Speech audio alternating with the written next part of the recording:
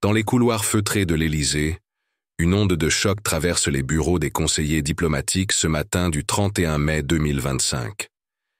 Ibrahim Traoré, le président du Burkina Faso, vient de publier une lettre ouverte à Emmanuel Macron, qui résonne comme un coup de tonnerre dans le paysage géopolitique franco-africain. Le document, diffusé simultanément en français et en mouré sur les réseaux sociaux et dans la presse internationale, marque un tournant historique dans les relations entre Paris et Ouagadougou. La lettre, d'une trentaine de pages manuscrites puis dactylographiées, ne ménage pas ses mots. Dès les premières lignes, Traoré interpelle directement son homologue français avec une violence rhétorique inédite dans les annales diplomatiques contemporaines. Monsieur le président Macron, pendant que vous dissertez sur l'avenir de l'Afrique depuis vos salons dorés, nos peuples continuent de mourir sous le poids d'un système que votre pays a contribué à perpétuer depuis plus de 60 ans. L'attaque est frontale, directe, sans les habituels protocoles diplomatiques, qui caractérisent généralement les échanges entre chefs d'État. Cette missive intervient dans un contexte particulièrement explosif. Depuis son arrivée au pouvoir, en septembre 2022, Ibrahim Traoré n'a cessé de critiquer ouvertement la politique française en Afrique de l'Ouest, multipliant les déclarations incendiaires lors de sommets régionaux et d'interviews accordées aux médias panafricains. Le jeune capitaine de 35 ans, arrivé au pouvoir par un coup d'État qui a renversé le lieutenant-colonel Paul-Henri Damiba, incarne une nouvelle génération de dirigeants africains qui refusent catégoriquement la tutelle occidentale et revendiquent une souveraineté pleine et entière pour leur nation. Les analystes géopolitiques de Washington à Pékin s'accordent à dire que cette lettre représente bien plus qu'un simple différend diplomatique bilatéral. Elle cristallise des décennies de frustration accumulées par les populations africaines face à ce qu'elles perçoivent comme un néocolonialisme français, déguisé sous les oripeaux de la coopération internationale. Traoré, formé à l'Académie militaire Georges Namoano de Pau et imprégné des idéaux panafricanistes de Thomas Sankara, dont il revendique ouvertement l'héritage, s'impose progressivement comme la voix d'une Afrique qui refuse définitivement de courber l'échine devant les anciennes puissances coloniales. La publication de cette lettre explosive n'est absolument pas le fruit du hasard. Elle intervient précisément 3 semaines après l'annonce par Paris de nouvelles réformes structurelles de sa politique africaine, présentées en grande pompe par Emmanuel Macron comme un renouveau fondamental du partenariat franco-africain pour le XXIe siècle. Pour Traoré et son cercle rapproché de conseillers panafricanistes, ces annonces fracassantes ne sont que poudre aux yeux et perpétuent cyniquement un système d'exploitation économique et politique qu'ils jugent non seulement obsolète et profondément injuste, mais également criminellement destructeur pour les peuples africains. Dans sa lettre incandescente, le président burkinabé revient longuement sur l'histoire douloureuse et méconnue des relations franco-africaines depuis les pseudo-indépendances des années 1960. Il évoque avec une précision d'historien les accords de coopération léonins signés au lendemain des indépendances formelles, ces fameux accords secrets que les archives françaises déclassifiées révèlent aujourd'hui dans toute leur ampleur, et qui, selon ses propres termes, ont transformé nos drapeaux en symboles dérisoires de liberté tout en maintenant impitoyablement nos économies sous perfusion parisienne. Sa plume acérée et implacable dénonce méthodiquement un système pervers, où la France continue de puiser allègrement dans nos ressources naturelles stratégiques, tandis que nos populations croupissent dans une misère organisée et entretenue. L'impact fulgurant de cette publication dépasse largement les frontières étroites du Burkina Faso et résonne dans tout le continent africain comme un électrochoc. Dès les premières heures suivant sa diffusion virale sur Internet, la lettre est reprise par l'ensemble des médias africains, des plus modestes radios communautaires aux grandes chaînes panafricaines, traduite simultanément en plusieurs langues locales incluant le Wolof, le Haoussa, le Swahili et l'Amharique, et commentée passionnément par des intellectuels, des dirigeants politiques et des leaders d'opinion de tout le continent. Sur les réseaux sociaux, le hashtag « #IloamWaleukouté-Afrique » devient viral en quelques heures, rassemblant plus de 15 millions de partages et de commentaires enflammés dans les premières 48 heures. La réaction officielle de l'Élysée ne se fait pas attendre. Mais elle trahit un profond embarras. Dans un communiqué laconique et visiblement rédigé à la hâte, le palais présidentiel français exprime sa profonde surprise face au ton particulièrement inapproprié et regrettable de cette correspondance et rappelle sèchement l'attachement indéfectible de la France au dialogue respectueux et constructif entre nations souveraines et amies. Mais derrière cette réponse diplomatiquement correcte et consensuelle, l'inquiétude est palpable dans les couloirs du pouvoir. Les conseillers diplomatiques de Macron, pris de court par cette offensive médiatique parfaitement orchestrée, mesurent parfaitement les enjeux considérables de cette crise diplomatique majeure qui s'annonce et pourrait redéfinir durablement l'influence française en Afrique. Car Traoré, dans sa démarche politique calculée, ne s'arrête pas à la critique destructrice. Dans sa lettre programme, il propose une alternative politique concrète et détaillée.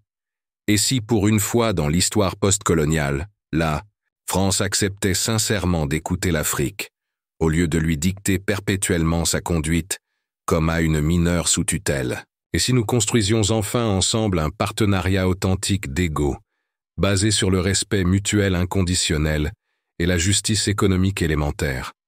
Cette proposition révolutionnaire, formulée sur un ton qui mélange habilement défi frontal et invitation au dialogue, place Emmanuel Macron dans une position particulièrement délicate et inconfortable. Le timing chirurgical de cette publication est également hautement significatif et révélateur d'une stratégie politique mûrement réfléchie. Elle intervient en pleine préparation du prochain sommet Afrique-France, prévu pour l'automne 2025 à Montpellier. Ce sommet, que l'Élysée présente depuis des mois comme l'occasion historique d'un nouveau départ absolument inédit dans les relations franco-africaines, risque désormais d'être complètement éclipsé et délégitimé par cette polémique explosive. Plusieurs dirigeants africains influents, du Sénégal à l'Éthiopie, ont déjà fait savoir officieusement qu'ils soutiennent largement les positions courageuses exprimées par Traoré, remettant publiquement en question leur participation à cet événement désormais compromis. L'audace politique exceptionnelle de cette démarche révèle aussi l'évolution fondamentale du rapport de force géopolitique en Afrique de l'Ouest. Le Burkina Faso n'est plus isolé diplomatiquement dans sa critique frontale de la politique française. Le Mali d'Assimi Goïta et le Niger d'Abdourahmane Tiani, également dirigés par des juntes militaires nationalistes, ont multiplié ces derniers mois les signes tangibles de rapprochement stratégique avec Ouagadougou. Cette alliance de fait tripartite, renforcée concrètement par des accords inédits de coopération militaire, économique et diplomatique, constitue un défi géopolitique majeur et inédit pour l'influence française traditionnelle dans cette région stratégique du Sahel. L'analyse approfondie et méthodique du contenu explosif de la lettre d'Ibrahim Traoré révèle une stratégie de communication internationale soigneusement orchestrée par une équipe de conseillers rompus aux subtilités de la diplomatie moderne. Chaque paragraphe, chaque formulation, chaque référence historique semble minutieusement pesée pour maximiser l'impact médiatique et politique tout en évitant scrupuleusement les écueils diplomatiques qui pourraient discréditer fondamentalement son message révolutionnaire. Le président burkinabé démontre une parfaite maîtrise des codes sophistiqués de la communication politique internationale, tout en y insufflant une audace rhétorique qui tranche radicalement avec les habitudes feutrées de la diplomatie traditionnelle.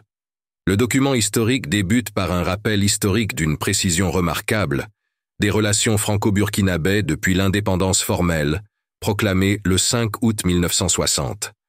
Traoré évoque successivement la figure controversée de Maurice Yameogo, premier président du pays devenu rapidement impopulaire, puis celle de Sangoulé Lamizana, qui dirigea le pays pendant 15 années tumultueuses, avant d'arriver à Thomas Sankara, son prédécesseur charismatique assassiné dans des circonstances troubles, le 15 octobre 1987. Cette référence appuyée et récurrente à Sankara n'est absolument pas anodine. Elle ancre délibérément le discours révolutionnaire de Traoré dans une filiation panafricaniste parfaitement assumée et rappelle avec force que les idées de transformation radicale et d'émancipation totale de l'Afrique ne sont pas des innovations contemporaines, mais s'enracinent dans une tradition politique vénérable. Monsieur Macron, écrit Traoré avec une solennité qui confine au réquisitoire. Quand Thomas Sankara parlait avec passion de dignité africaine et de développement endogène, vos prédécesseurs élyséens l'ont fait définitivement taire, par tous les moyens, y compris les plus inavouables. Aujourd'hui, ces idées révolutionnaires renaissent comme un phénix dans le cœur et l'esprit de dizaines de millions d'Africains qui refusent catégoriquement de rester spectateurs passifs et résignés de leur propre destinée historique. Cette phrase particulièrement percutante et chargée de sous-entendus établit un parallèle direct et assumé entre l'héritage sankariste martyrisé et l'action politique actuelle du président burkinabé, tout en sugant implicitement la responsabilité française dans l'élimination physique du leader révolutionnaire. La lettre développe ensuite une critique systématique et documentée de ce que Traoré appelle avec une formule saisissante l'architecture sophistiquée de la dépendance néocoloniale. Il détaille, point par point, avec la rigueur d'un économiste confirmé, les mécanismes économiques complexes et interconnectés, qui, selon son analyse implacable, maintiennent artificiellement le Burkina Faso et la plupart des autres pays africains francophones dans une situation structurelle de subordination économique et politique vis-à-vis de l'ancienne puissance coloniale. Le franc CFA et ses règles de convertibilité contraignantes, les accords de défense secrets et leurs clauses léonines, les contrats d'exploitation minière aux termes déséquilibrés, les politiques d'aide au développement conditionnées et détournées de leurs objectifs. Aucun aspect significatif de la relation franco-africaine complexe n'échappe à son analyse critique méthodique et implacable. Particulièrement révélateur et saisissant est le long passage consacré spécifiquement aux ressources naturelles stratégiques et à leur exploitation néocoloniale. Traoré y dresse un bilan économique accablant, chiffres officiels à l'appui, nos mines d'or les plus productives enrichissent considérablement vos multinationales parisiennes, tandis que nos mineurs burkinabés travaillent encore dans des conditions dignes du 19e siècle industriel, sans protection sociale ni perspective d'avenir. Nos terres arables les plus fertiles nourrissent massivement vos élevages industriels européens, pendant que nos paysans sahéliens peinent quotidiennement à nourrir correctement leurs familles et leurs enfants. Ces formulations volontairement choc et imagées visent manifestement à sensibiliser directement l'opinion publique française aux réalités brutales et méconnues de l'exploitation économique contemporaine. Le président burkinabé ne se contente absolument pas de critiquer destructivement l'existant. Il propose des alternatives politiques concrètes et chiffrées, détaillées méticuleusement sur plusieurs pages denses de sa correspondance. Sa vision révolutionnaire d'un partenariat renouvelé et authentiquement équitable repose structurellement sur plusieurs piliers fondamentaux et non négociables.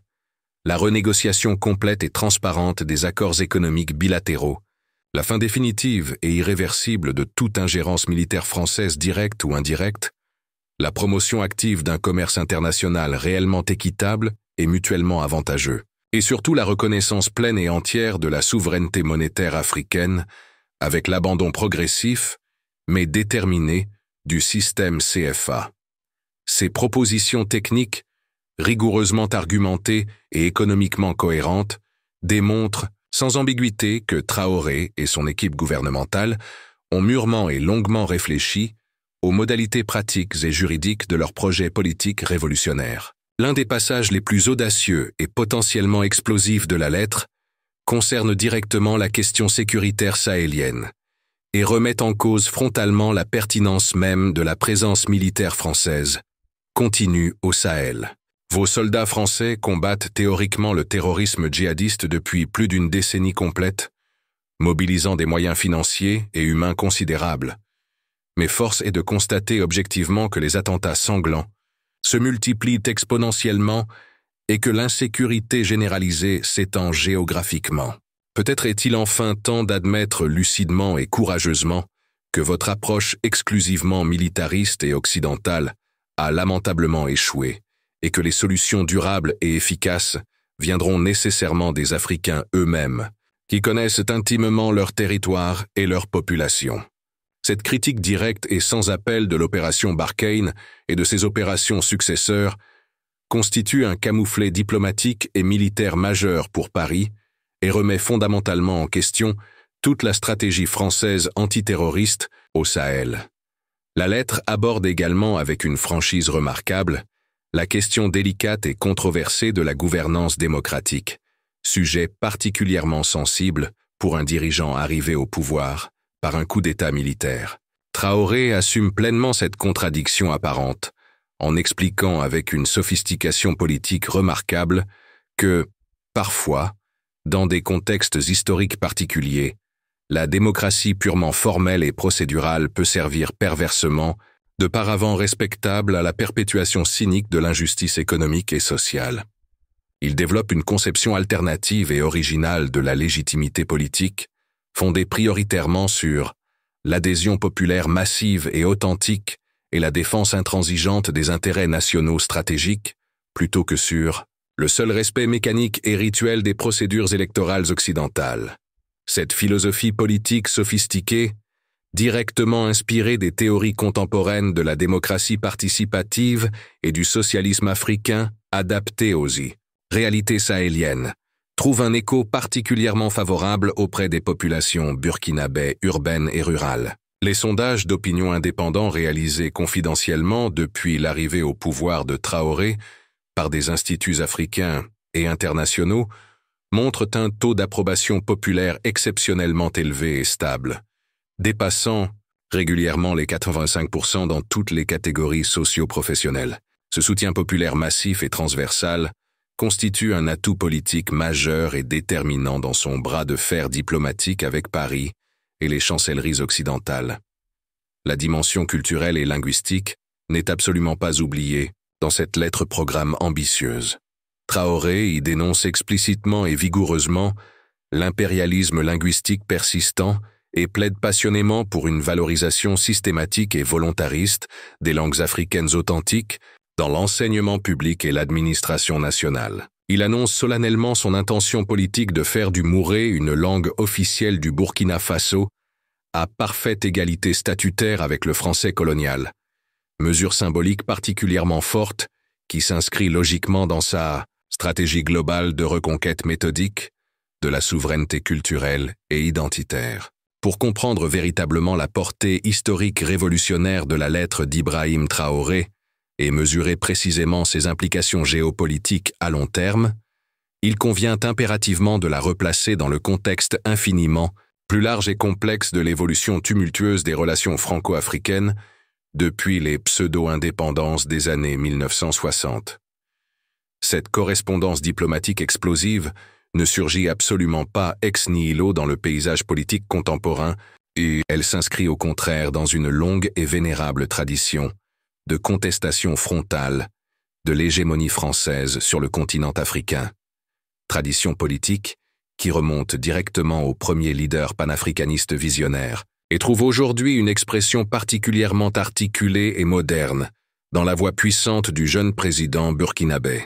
L'histoire mouvementée des relations entre la France et ses anciennes colonies africaines est jalonnée de moments de tensions diplomatiques intenses et de tentatives répétées de remise en cause du système néocolonial établi. Dès les années 1960, des figures politiques emblématiques comme Modibo Keïta au Mali socialiste ou Sékou Touré en Guinée révolutionnaire avaient courageusement tenté de s'émanciper concrètement de la tutelle française omniprésente, avec des succès certes mitigés, et souvent au prix de représailles économiques particulièrement sévères, orchestrées par Paris.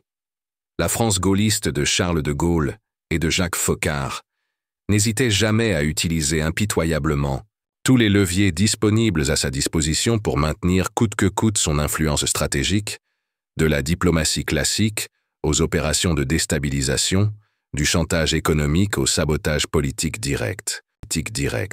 Dans ce contexte historique particulièrement riche, Thomas Sankara occupe une place absolument centrale et irremplaçable. Arrivé au pouvoir le 4 août 1983, à l'âge de 33 ans seulement, ce jeune capitaine charismatique et visionnaire avait entrepris immédiatement une révolution sociale et économique radicale au Burkina Faso, rebaptisant symboliquement le pays « Terre des hommes intègres », en lieu et place de l'ancienne haute-volta coloniale, et lançant un programme de transformation sociale sans précédent historique en Afrique de l'Ouest. Sankara dénonçait déjà avec une lucidité remarquable les mécanismes pervers de dépendance économique structurelle et prônait résolument un développement auto-centré et souverain, anticipant avec une perspicacité extraordinaire de plusieurs décennies les thèses économiques et politiques que reprend aujourd'hui méthodiquement Ibrahim Traoré. La figure révolutionnaire de Sankara hante littéralement et constamment le discours politique du président burkinabé actuel.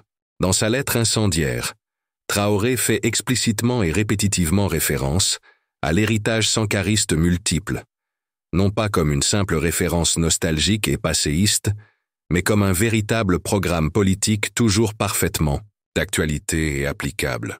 Les idées révolutionnaires de Thomas Sankara étaient considérablement en avance sur leur époque historique, écrit-il avec une émotion palpable.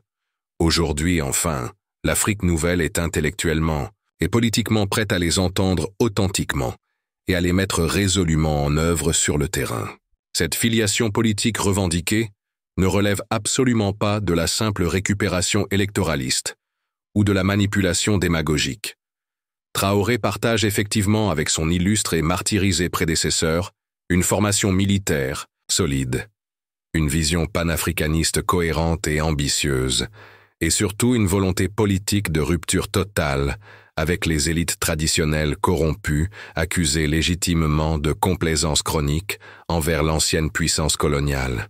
Comme Sankara avant lui, il prône explicitement un style de gouvernance sobre et authentique, proche géographiquement et sociologiquement du peuple et résolument tourné vers les masses populaires laborieuses, plutôt que vers les élites urbaines occidentalisées. Les mécanismes économiques complexes dénoncés systématiquement par Traoré, dans sa lettre réquisitoire, trouvent leurs racines historiques profondes dans les accords léonins signés précipitamment au moment des indépendances formelles. Le système monétaire du franc CFA, créé initialement en 1945 pour les besoins de l'économie de guerre française et maintenu artificiellement après 1960, malgré les indépendances politiques, constitue structurellement l'un des piliers les plus solides de cette architecture sophistiquée de dépendance économique. Cette monnaie coloniale, dont la parité fixe est unilatéralement garantie par le Trésor français, moyennant des contreparties draconiennes, oblige concrètement les pays utilisateurs à déposer automatiquement 50% de leurs réserves de change nationales à Paris et limite drastiquement leur souveraineté monétaire et leur autonomie budgétaire. Les accords de défense bilatéraux constituent un autre volet particulièrement opaque de ce système néocolonial perfectionné. Signé généralement dans le plus grand secret diplomatique et souvent renouvelé tacitement sans débat parlementaire, il donne juridiquement à la France un droit d'intervention militaire unilatéral dans ses anciennes colonies, et lui garantissent contractuellement un accès privilégié et exclusif à leurs ressources stratégiques les plus précieuses. Ces accords militaires, que Traoré qualifie justement de vestiges juridiques coloniaux parfaitement anachroniques, ont permis concrètement à Paris d'intervenir militairement en Afrique plus de 40 fois depuis 1960, souvent pour maintenir, au pouvoir des dirigeants favorables aux intérêts français, l'évolution fondamentale du contexte géopolitique mondial, offre aujourd'hui aux dirigeants africains ambitieux des alternatives stratégiques qui n'existaient absolument pas à l'époque tragique de Sankara. L'émergence spectaculaire de la Chine comme puissance économique mondiale de premier plan a créé un nouveau pôle d'attraction géopolitique considérable pour les pays africains en quête de financement massif pour leur développement infrastructurel. Pékin propose systématiquement des partenariats commerciaux sans les conditionnalités politiques habituellement imposées par les puissances occidentales traditionnelles, selon la doctrine officielle de non-ingérence dans les affaires intérieures. La Russie également a spectaculairement renforcé sa présence multiforme en Afrique subsaharienne, notamment dans le domaine sécuritaire sensible. Le groupe Wagner, avant sa dissolution officielle, avait méthodiquement établi des partenariats militaires avec plusieurs pays sahéliens stratégiques, offrant une alternative crédible à la présence militaire française traditionnelle. Cette multipolarisation progressive et irréversible des relations internationales africaines modifie fondamentalement les rapports de force géopolitiques et donne aux leaders visionnaires comme Traoré une marge de manœuvre diplomatique absolument inédite depuis les indépendances. La lettre révolutionnaire du président burkinabé s'inscrit également dans un mouvement beaucoup plus large de contestation radicale des élites africaines traditionnelles et corrompues. Depuis le début des années 2010, le continent africain connaît une effervescence démocratique remarquable, portée par une jeunesse massivement éduquée et mondialement connectée, qui refuse catégoriquement les schémas politiques sclérosés, hérités de la période post-coloniale. Les révolutions burkinabées successives de 2014 et 2022, qui ont renversé respectivement Blaise Compaoré après 27 ans de pouvoir autocratique et Paul-Henri Damiba après seulement 8 mois de transition, illustrent parfaitement cette dynamique irrésistible de renouvellement générationnel et de démocratisation par le bas. Cette nouvelle génération de dirigeants africains, dont Traoré constitue l'un des représentants les plus emblématiques et articule, se caractérise par plusieurs traits distinctifs et novateurs.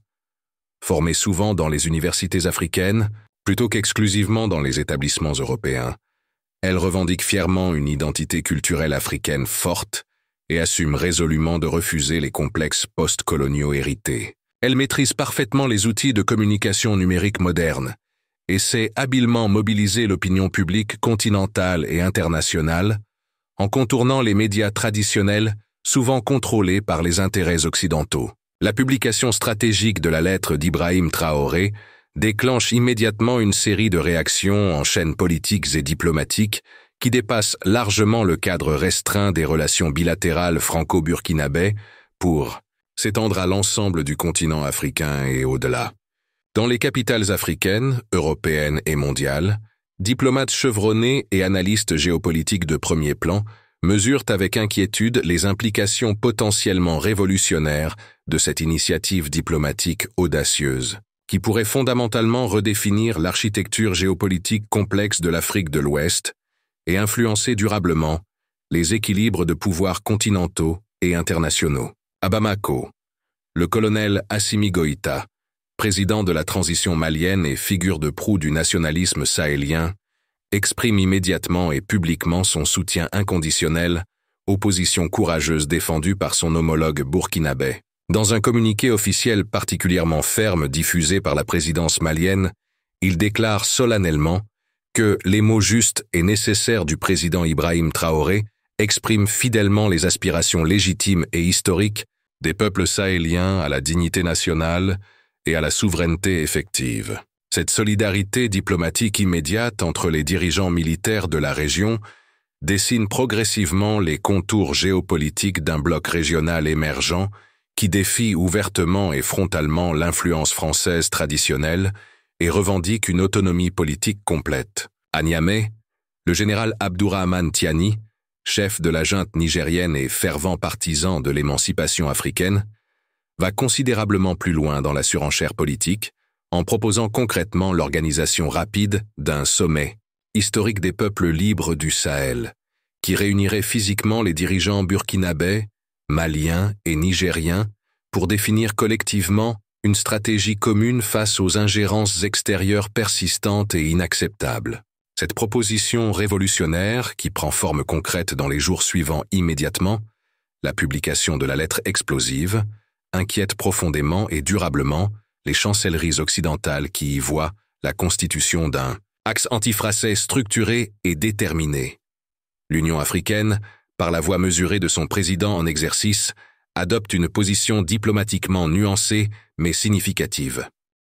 Tout en rappelant protocolairement son attachement traditionnel au dialogue constructif et respectueux entre l'Afrique et ses partenaires historiques, l'organisation continentale souligne néanmoins explicitement la légitimité incontestable des préoccupations légitimes exprimées par le président Traoré concernant la nécessité urgente d'un partenariat plus équilibré et mutuellement avantageux.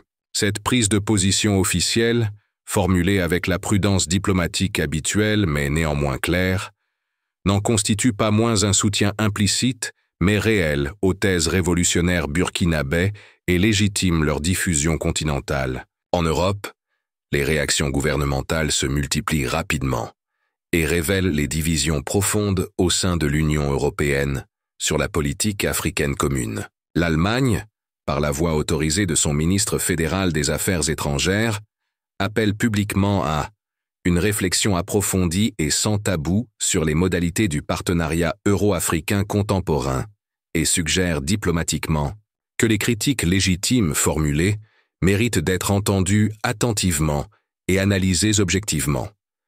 Cette position gouvernementale allemande, qui contraste significativement avec la réaction défensive française, illustre parfaitement les divergences croissantes et structurelles entre Paris et Berlin sur les questions africaines sensibles. L'Italie, confrontée quotidiennement aux défis migratoires complexes en Méditerranée, exprime des préoccupations particulières et spécifiques. Rome craint légitimement que la radicalisation des positions politiques au Sahel n'aggrave considérablement l'instabilité régionale chronique et n'alimente de nouveaux flux migratoires massifs vers l'Europe méridionale. Le gouvernement italien appelle urgemment à un dialogue immédiat et inclusif entre toutes les parties concernées pour éviter une escalade diplomatique aux conséquences régionales et internationales, imprévisibles et potentiellement dramatiques. Outre-Atlantique, les États-Unis observent cette crise diplomatique majeure avec un intérêt mêlé d'inquiétudes stratégiques. Washington, qui a développé ses propres intérêts sécuritaires et économiques considérables en Afrique de Mexique, l'Ouest à travers l'Africom et diverses initiatives commerciales, redoute légitimement que l'affaiblissement structurel de l'influence française ne profite directement à ses rivaux géopolitiques principaux, notamment la Chine et la Russie. Le département d'État américain publie rapidement un communiqué officiel appelant expressément au maintien impératif de la stabilité régionale et à la poursuite indispensable de la coopération internationale dans la lutte contre le terrorisme djihadiste. La Chine, principal bénéficiaire géopolitique potentiel de cette reconfiguration diplomatique majeure, adopte une posture publique prudente mais bienveillante envers les positions africaines. Pékin réaffirme solennellement ses principes inaltérables de non-ingérence dans les affaires intérieures et sa volonté permanente de développer des partenariats mutuellement bénéfiques avec tous les pays africains sans exception.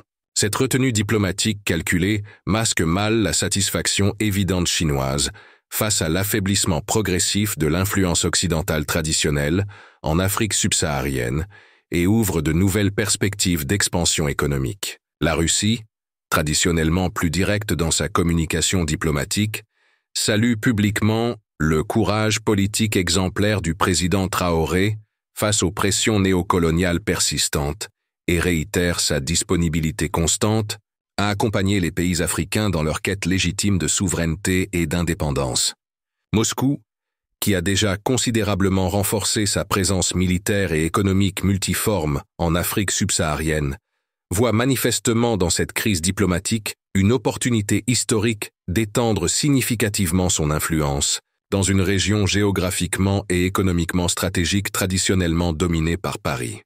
Les marchés financiers internationaux réagissent immédiatement et nerveusement à cette crise diplomatique majeure. L'euro s'affaiblit sensiblement face au dollar américain, reflétant fidèlement les inquiétudes croissantes des investisseurs institutionnels sur la stabilité future de la zone franc CFA et ses implications macroéconomiques. Les cours des matières premières stratégiques, notamment l'or et l'uranium sahélien, connaissent des fluctuations importantes et imprévisibles, illustrant parfaitement l'interconnexion complexe entre géopolitique et économie dans cette région mondiale, stratégique. Plusieurs scénarios d'évolution géopolitique se dessinent progressivement dans cette situation diplomatique inédite. Le premier scénario, statistiquement le plus probable à court terme, consiste en un durcissement mutuel et symétrique des positions nationales. Paris pourrait être politiquement tenté d'exercer des pressions économiques sévères sur Ouagadougou, tandis que Traoré pourrait logiquement radicaliser davantage ses positions panafricanistes et se rapprocher stratégiquement de partenaires géopolitiques alternatifs comme la Chine, la Russie ou la Turquie. Cette escalation diplomatique pourrait conduire à une rupture durable des relations bilatérales. Le deuxième scénario, plus optimiste mais statistiquement moins probable, verrait hypothétiquement la France accepter de renégocier fondamentalement certains aspects structurels de sa relation historique avec l'Afrique francophone. Cette hypothèse révolutionnaire supposerait une évolution politique majeure de la diplomatie française, difficile à envisager à court terme, mais pas impossible sous la pression combinée de l'opinion internationale, des partenaires européens et de l'évolution des rapports de force géopolitiques mondiaux. Le troisième scénario, le plus pessimiste et déstabilisant, conduirait inéluctablement à une rupture complète et définitive entre la France et plusieurs pays sahéliens stratégiques, avec des conséquences imprévisibles sur la stabilité régionale à long terme. Cette évolution dramatique pourrait s'accompagner d'une militarisation accrue des relations internationales dans la région et d'une fragmentation géopolitique durable qui profiterait aux mouvements terroristes et aux trafiquants de tous ordres. Quoi qu'il arrive concrètement, la lettre révolutionnaire d'Ibrahim Traoré restera historiquement comme un moment charnière fondamental dans l'histoire contemporaine des relations franco-africaines. Elle marque symboliquement et politiquement la fin définitive d'une époque où la France pouvait raisonnablement compter sur la docilité traditionnelle de ses anciens protégés africains. L'Afrique de Traoré, jeune, éduquée, connectée et déterminée, refuse désormais catégoriquement de jouer le rôle de figurant passif dans sa propre histoire et revendique légitimement le droit inaliénable d'être maître souverain de son destin national et continental.